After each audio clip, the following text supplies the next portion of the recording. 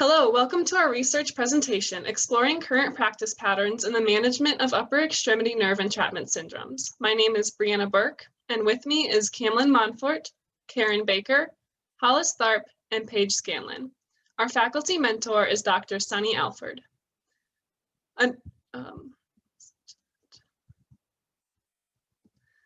A nerve entrapment results from internal or external compression for a prolonged period of time along the path of a nerve that may lead to neuropathy. Neural tension refers to the amount of strain placed on a nerve at rest and with movement. Abnormal increases in neural tension occurs when a nerve becomes caught or restricted along its path. Internal or external pressure may also result in restriction in blood flow, which adds complication to the nerve's health. The symptoms of nerve entrapment syndromes create, which includes impaired sensation, weakness, muscle atrophy, tingling and numbness, and pain, and can interfere with occupational performance. For example, impaired sensation can lead to dropping objects and poor fine motor control. Decreased strength can affect pinch and grip, which can lead to difficulty managing clothing fasteners and opening jars. Pain and paresthesias can interfere with sleep and willingness to move the extremity. There is a plethora of research supporting the numerous assessments and interventions available for nerve entrapment syndromes. However, there is a gap in the literature regarding their use in practice. Some of these various assessments used to identify nerve pathology include visual inspection, strength, and sensory testing. Special tests are provocative tests used to determine the presence of nerve irritation by eliciting an individual's symptoms. Some examples of these assessments are Tunnell's test, Phelan's and reverse Phelan's sign, Froment's sign, and carpal compression test. The brachial plexus neurodynamic scale is a new neural tension test that allows therapists to safely identify at what point in the motion the nerve becomes irritated. The scratch collapse test is another new test being used in practice. This test is helpful in localizing where a nerve is being compressed along its path. Finally, sonography has made its way into the therapy clinic as a means to visualize nerves and the surrounding tissues.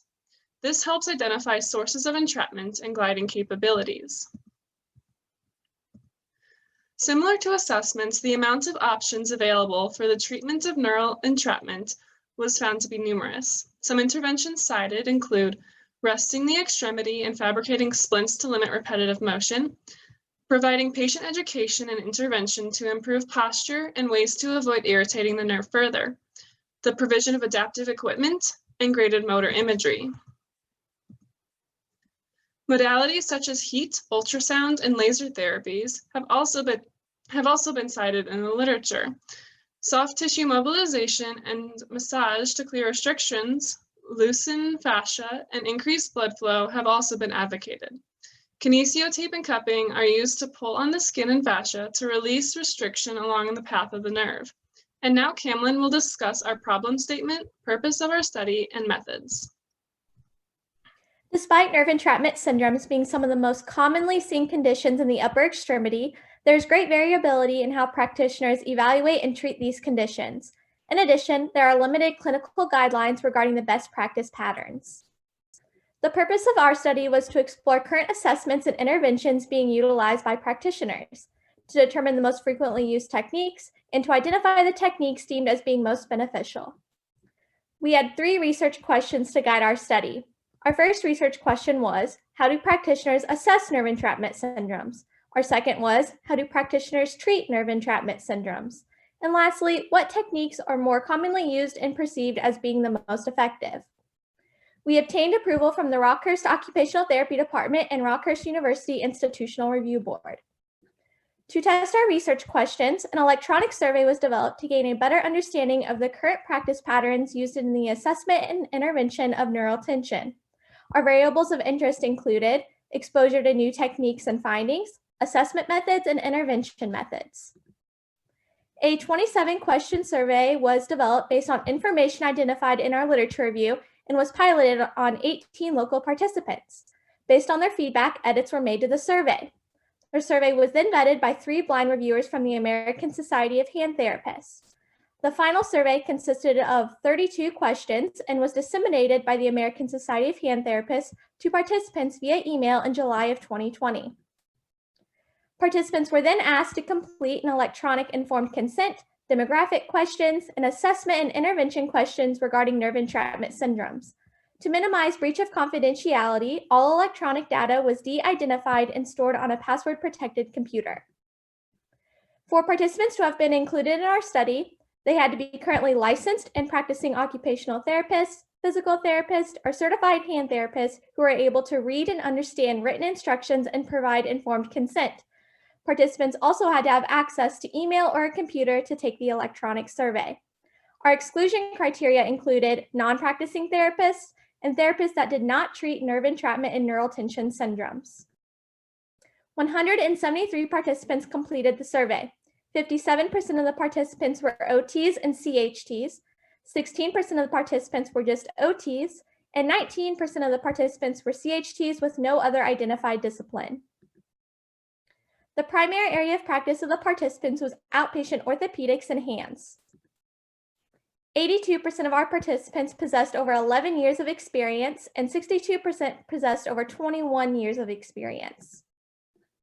The two most represented geographical locations was the Upper East Coast and Central Midwest. We had participants from Hawaii, Canada, and Switzerland. 30.41% of the participants' caseload had 20 to 30% of patients who had symptoms consistent with neural entrapment syndromes, and 23.98% of the participants' caseload had 30 to 50% of the participants who had symptoms consistent with neural entrapment syndromes. Overall, more than 61% of our participants' caseload had 20 to 75% of patients who had symptoms consistent with neural entrapment syndromes. SurveyMonkey statistical software was used to perform descriptive statistics to analyze the demographic information of our sample and to perform frequency analyses. We did cross-check the data to ensure that it was correct. And now Karen will discuss our results. When asked what methods therapists used most frequently to assess neural pathologies, special orthopedic and provocative tests ranked the highest at 97.11%. Sonography was reported as least frequently used assessment at 1.16%. When assessing carpal tunnel syndromes, therapists ranked the Phelan test most frequent at 82.24%, while sonography was reported least frequent at 1%. Due to a SurveyMonkey error deleting our data for this question, the results on this slide are from our pilot study of 18 participants. Therapists in that study reported that the most beneficial assessment for the evaluation of carpal tunnel syndrome was patient history and symptom review at 88.89%, and the least beneficial were the scratch collapse test, proprioception, and the Moberg pickup test, all at 0%. When asked which assessments are most frequently used to evaluate cubital tunnel syndrome, our findings showed patient history and symptom review was used most frequently at 73.99%, and the least frequent was sonography at 1%. Therapists ranked patient history and symptom review as the most beneficial assessment for evaluating cubital tunnel syndrome at 73.99%, and the least beneficial was sonography at 0.58%. When evaluating radial tunnel syndrome, therapists ranked the resisted long finger test and patient history and symptom review as the most frequently used assessments, each at 73.99%. Sonography was ranked the least frequent at 0.58%. Therapists reported patient history and symptom review the most beneficial assessment for evaluating radial tunnel syndrome at 74.71%, and sonography was again the least beneficial at 1.18%. This slide represents interventions most frequently used by therapists to treat neural pathologies. Therapists ranked active range of motion and tendon glides as the most frequently used intervention at 84.71%. Cupping was the intervention reported as least frequent. 67.65% ranked it as either not being used at all or only once or twice a month. 15.29% of therapists reported they did not have access to cupping equipment. When asked how beneficial various interventions are in treating nerve entrapment syndromes and neural tension, therapists ranked activity modification as most beneficial at 96.49%. 50.41% ranked ionophoresis as least beneficial intervention as either not being beneficial or minimally beneficial when treating nerve entrapment syndromes. In summary, our results indicated that there are a variety of assessments and interventions used in the management of nerve entrapment syndromes. The most frequently used assessments overall in the management of neural entrapment and neural tension were special tests, strength testing, review of patient history and symptoms, sensation and sensibility, goniometry, patient-rated questionnaires, visual inspection, and upper limb neural tension testing. Overall, therapists reported that the most beneficial assessments included review of patient history and symptoms, special orthopedic tests, strength testing, upper limb neural tension testing, palpation, monofilament tests, review of electrodiagnostic testing, and upper quadrant cervical screen. Our results also showed a variety of general interventions being used for nerve entrapment syndromes. Therapists reported most frequently using active range of motion and tendon gliding, activity modification and patient history, soft tissue mobilization, addressing posture and muscle imbalance, nerve gliding, hot packs, instrument-assisted soft tissue mobilization, and orthotics. Therapists reported cupping, graded motor imagery, electrical stimulation, low-light laser therapy, and cold packs as being the least used interventions for nerve entrapment syndromes. Overall, the therapists in our study reported the most beneficial interventions for nerve entrapment syndromes are activity modification, addressing posture and muscle imbalance, active range of motion and tendon gliding, orthotic fabrication, soft tissue mobilization, nerve gliding, and sensory retraining. The least beneficial interventions consisted of iontophoresis, cold packs, electrical stimulation, low-light laser therapy, cupping, ultrasound, hot packs, and graded motor imagery. Hollis will now continue on with our discussion. Although goniometry and sensation testing were reported amongst the most frequently used assessments, they were not determined to be amongst the most beneficial in evaluating neural tension symptoms. Upper limb neural tension and upper quadrant cervical screening of dermatomes and myotomes and range of motion were not amongst the most used, however, they were determined to be amongst the most beneficial. Hot packs were among the most used interventions, yet were also deemed as one of the least beneficial. More research is needed on this discrepancy. When looking at the data from our study, 66% of the participants reported either not having access to sonography or not being familiar with its use in the detection of nerve entrapment. 29% of participants were not familiar with the scratch collapse test. Newer assessments and treatment methods are consistently ranked lower, and we believe that may be due to the lack of access or familiarity. Limitations to our study includes participants were recruited through the American Society of Hand Therapists, which led to a bias secondary to convenience and purposive sampling.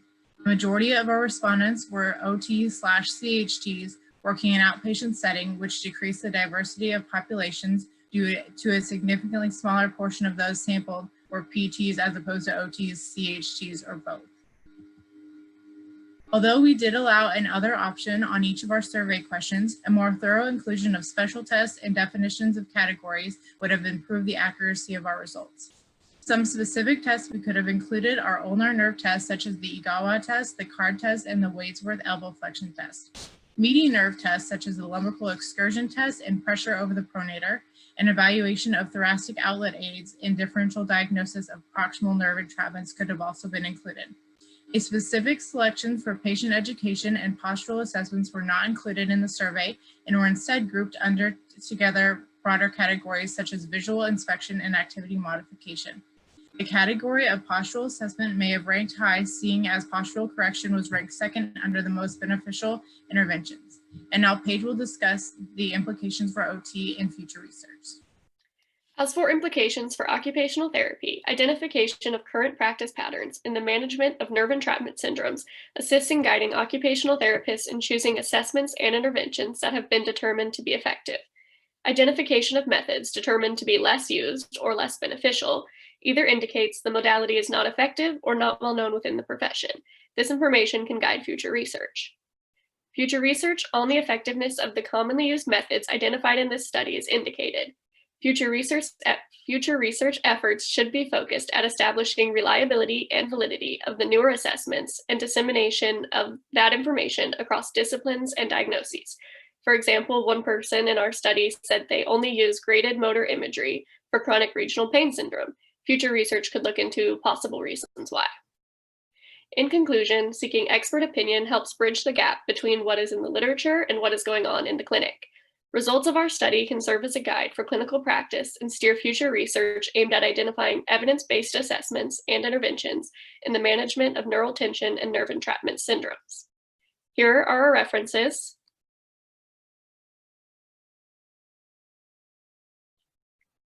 For more details, please check out our website using the QR code shown. We would like to thank our faculty mentor, Dr. Sunny Alford, Select Physical Therapy, the American Occupational Therapy Association, and the American Society of Hand Therapists for participating in our study. We appreciate your attendance and look forward to your questions. Thank you.